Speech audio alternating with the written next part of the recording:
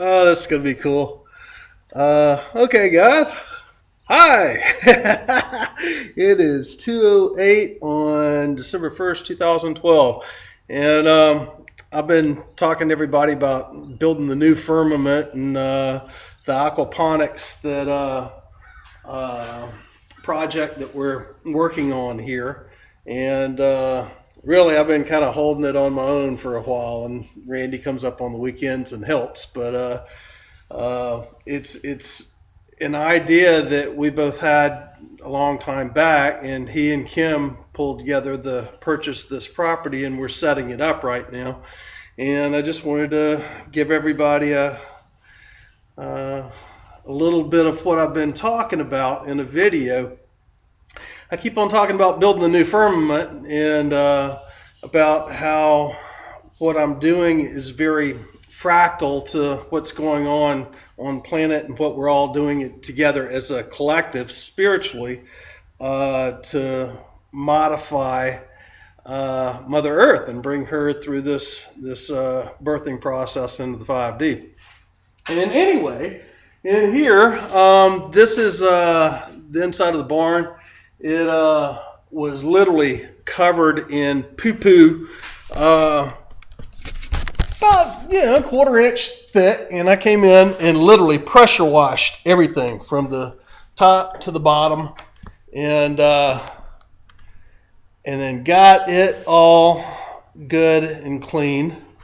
And then a weekend or so ago, I came in and I installed my LED lights. A lot of you guys know that I have been working on LED lights for a long time, and these are just some of the tube lights that are the 4-foot fluorescent light bulb replacements. And let me see if I can get the whole thing in here.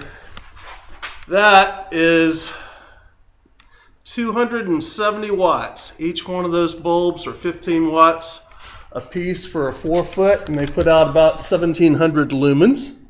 And anyway, as far as the aquaponics goes, this is the barrels that we will be containing our fish in. I've never done a video like this walking around with a laptop, so this is quite interesting. And then over here on the sides, right in these runs, we'll have grow tables in there, like lettuces and stuff like that.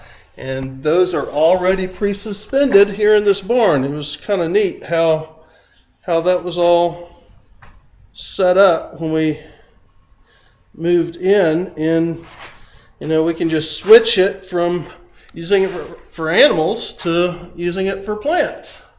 And anyway, over on this side, those are two, I want to say they're 500-gallon tanks. Anyway, we can get 500 tilapia, and I don't know about the freshwater lobster or shrimp, what the count on that is, but 500 tilapia in there. And then right here in my little bucket, I'm making my own spray fertilizer. Let's see if we can catch this here. See that? That's chicken poop and coffee and leftover food and compost. And what I do is I put it in with a bubbler, and then it bubbles through. And then, can you see that? Put it in with a bubbler, and it just bubbles through the cheesecloth and through all the chicken poop and everything else, and it makes a tea. And then I put that in my sprayer right here, and then spray it onto the plants, and that's how the plants get the food. And that has been a big issue here, because there's just no food. There's no nutrients in the soil, and it's kind of like humanity right now. This barn right here, this area, we'll be removing the tin off the roof and then having it open daylight or visqueened, so that we'll have all this set up for plants for those 255 or 500-gallon tanks, 500 tilapia piece. Anyway, the tiller we had to get to start doing this project, and then here's the garden. Let's see here. I don't know what this is going to come out like. Starts right over there and goes all the way back down there. It's roughly 60 feet long, about 25 feet wide, and it's full of sandburrs. I don't know if you guys know what sandburrs are. Let me see if I can get a shot. My shoe. This is going to be too weird. I've never tried anything like this before. Oh, let's see here. Can I get a shot of that shoe? Shot of that shoe? Is that a shot of that shoe? See those sandburrs? That's a sandburr. Those things are literally, these little sandburrs like that are all over everything. They are the grasses that make up this whole farm. You see the farm behind me and the pastures? Let's see here. Walk out into it.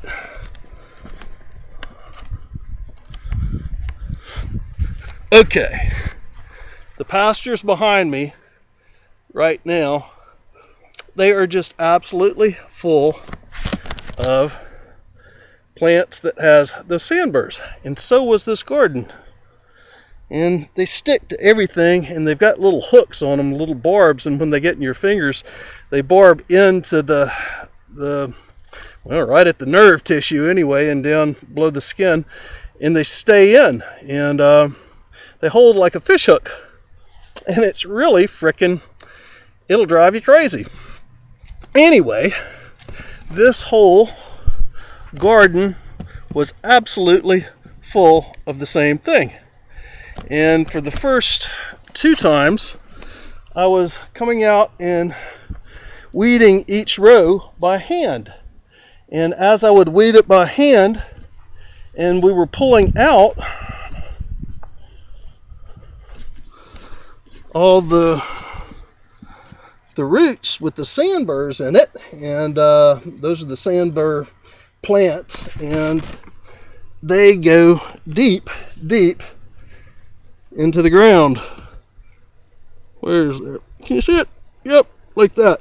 And when you water them, they come back even after they look like they've been dead for a long time. And so I have weeded this garden twice now, and it is literally sprouted up again. And so, well, let's look at these 3 rows. These are the middle 3 rows that I'm working on now and removing the garden, and you can see down those rows the plants that are in there. There's nothing planted in these 3 rows. Absolutely nothing. That is all weeds and sandburrs and roots and all that kind of stuff. So anyway, you do 1 shovel load of the weeds, and that's what you get. You get a whole shovel load full of weeds, and that's just the roots, and they just make more and more plants. So I took an old gold mining idea, and we used to have to wash our rock. We called it washing the muck, and it was whenever we were prospecting and doing our panning. And I took a grid, see the grill right here, and I set it up on a couple of cinder blocks, if I can get that, and then I used a piece of the poultry fencing borrowed from the chickens, my chicken ladies. And anyway, I'd shovel 1 shovel load at a time onto that and work it back and forth, and then out from underneath falls the piles of dirt. Can you see that? These piles of dirt, and it's nice and clean. When I wonder how this video is going to turn out. It's nice and clean, and anyway, it's nice and pristine. And so once it's nice and clean and pristine, over here in these other rows that look so nice and pretty, it's not doing bad as far as our plants goes. You know, this garden is only we are 5 weeks into this garden and doing pretty good. But what I did was I built a frame.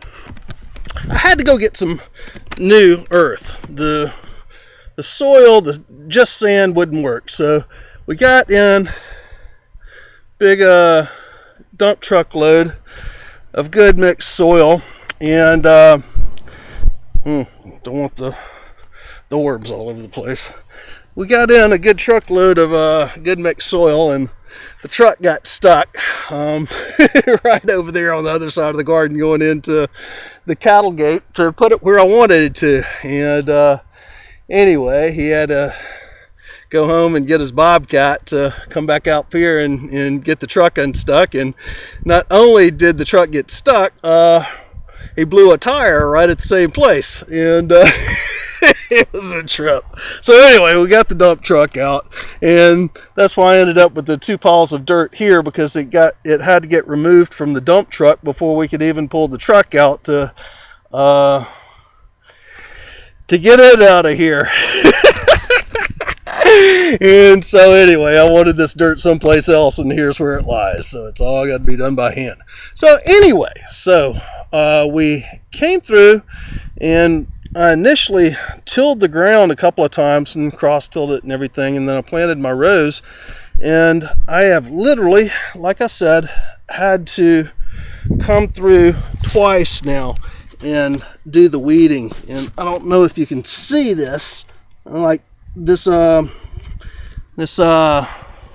Swiss chard right here. I don't know if y'all can see that because I can't look down at it, but you see, as the water came in, as I had to water it, and you have to water it all the time because it's sand with nothing to hold the moisture, and all the sand washes away and leaves all the roots to the grasses and stuff.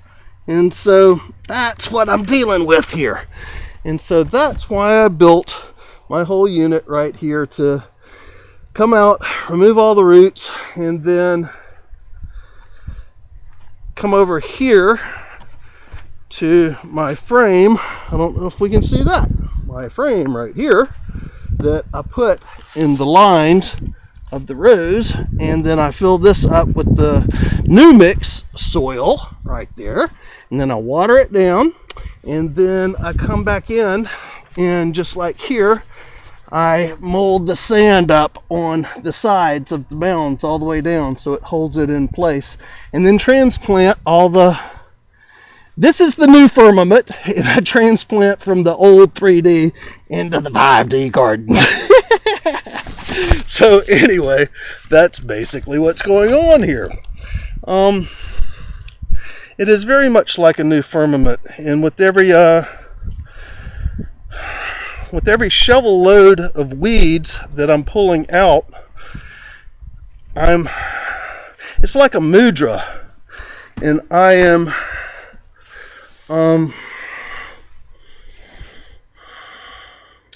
it's like I'm praying as I do my work, and I'm thinking it's a reflection and a fractal of what's going on with Mother Earth and what we're doing.